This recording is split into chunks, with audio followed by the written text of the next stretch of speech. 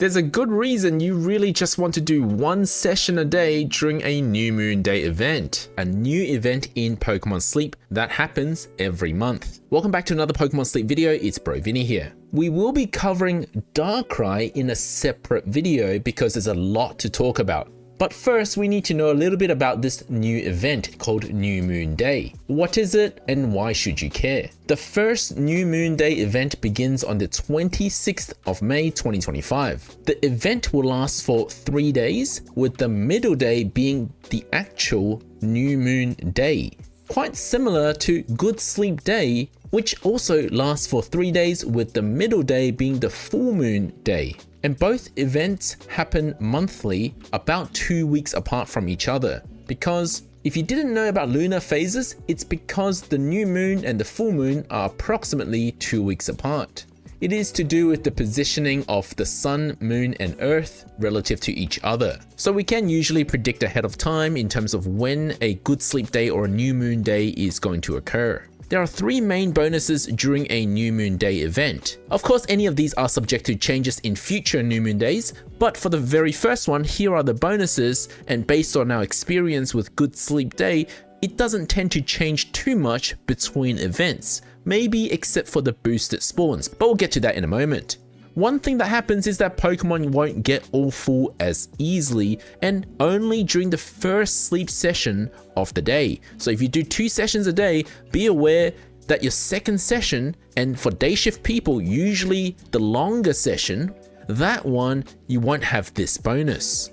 Now, I think the main reason for this is that it aligns with the fact that Darkrai can only spawn on that first session of each New Moon Day. So it has 3 chances, 3 sleep sessions every month when Darkrai can spawn. This alignment is particularly important because Darkrai is 25 bars of friendship in order to befriend.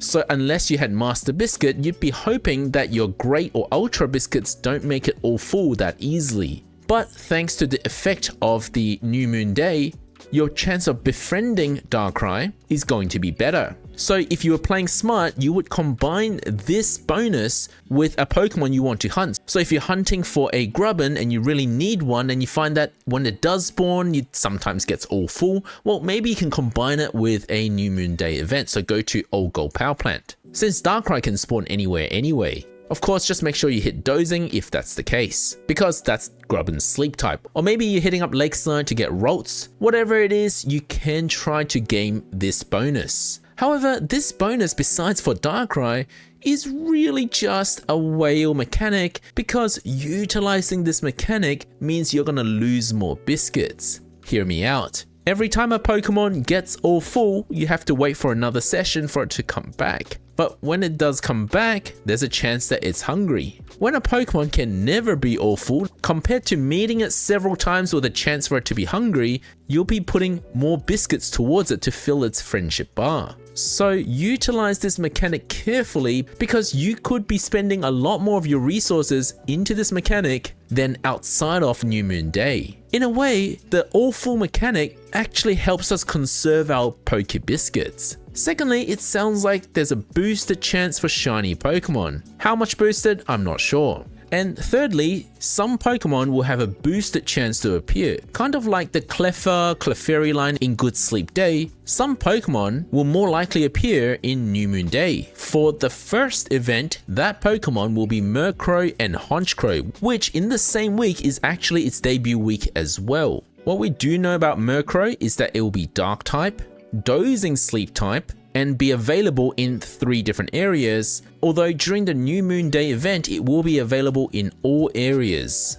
Outside of that event, it will only be available in Greengrass, Snowdrop, or Old Gold Power Plant. I'm not a big fan of Greengrass as usual because there's just too many options. If you're trying to hunt the new Pokemon, go to Snowdrop or Old Gold Power Plant for its release week. So that's my main tip for which area to go to for the 26th of May, either Snowdrop or Old Gold Power Plant, depending on what else you need to hunt. Both Darkrai and Murkrow will be available in those areas during the New Moon Day. Murkrow will continue to be available the rest of the week, but Darkrai would not be available anymore after those 3 days. So you might as well catch something that you still need in those areas besides Murkrow.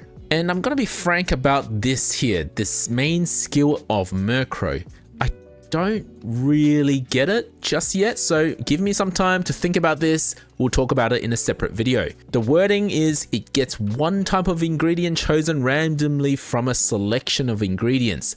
It kind of just sounds like ingredient magnet, but you only get one type of ingredient, kind of like a mono ingredient, but it randomly drops which ingredient you get. Although with a limited selection, that can be a good thing, because ingredient magnet suffers a problem is that the more ingredients, the more new ingredients we keep adding to it, the more diluted it becomes, the less likely you are going to get what you really need to cook certain dishes. So theoretically, if this pool of selections is just one thing, if it were just tails, this could be an absolutely broken skill. But we don't know what the selection is, and we don't know the exact mechanics and how many you get at a time, etc. It also says in some occasions, maybe like a great success, it gets dream shards instead. Now, I don't know if that's a good thing if you're looking for ingredients, but I guess that's the super luck component of this skill. In the core series game, super luck is an ability that was introduced in Generation 4,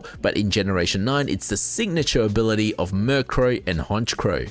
In the core series game, having super luck sometimes finds you rarer items when you break a rock, or you have increased chances of finding Pokemon that hold items in the wild.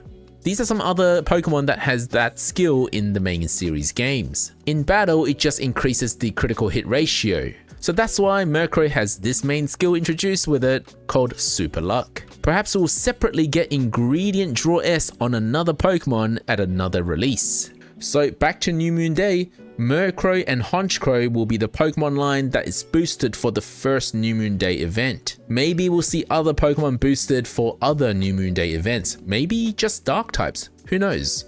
As for Darkrai, the most important thing you gotta remember is that it can only appear in session 1 of each of the New Moon Days.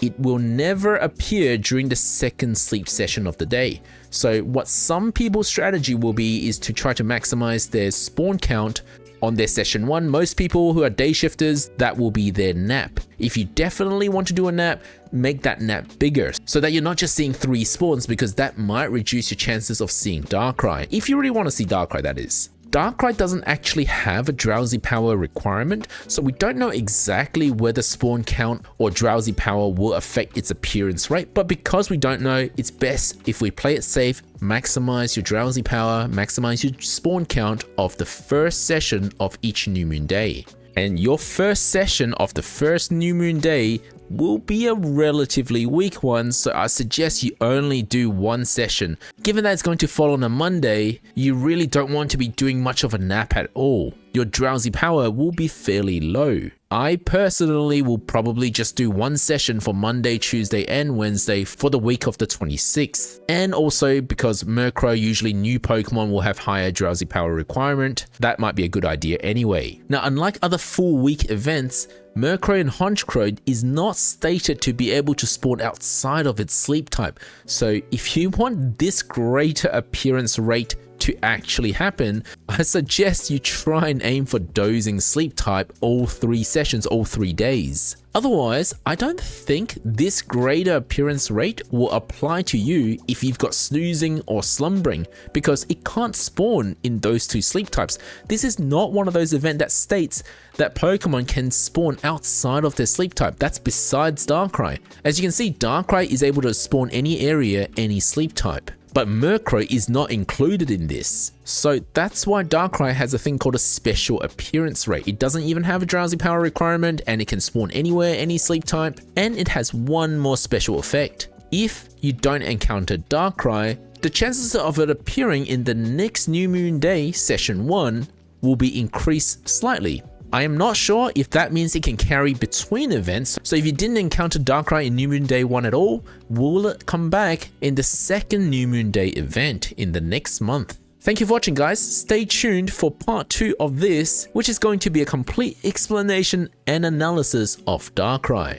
Don't forget to subscribe so you don't miss out on that video. Oh, and if you enjoy a bit of trivia, if you enjoy references in this game to other games like the core series, you might or might not recall that darkrai is found in a place called the New Moon Island. You talk to some sailor who will take you to this New Moon Island, and that's where you see darkrai and you get to catch it in the main games.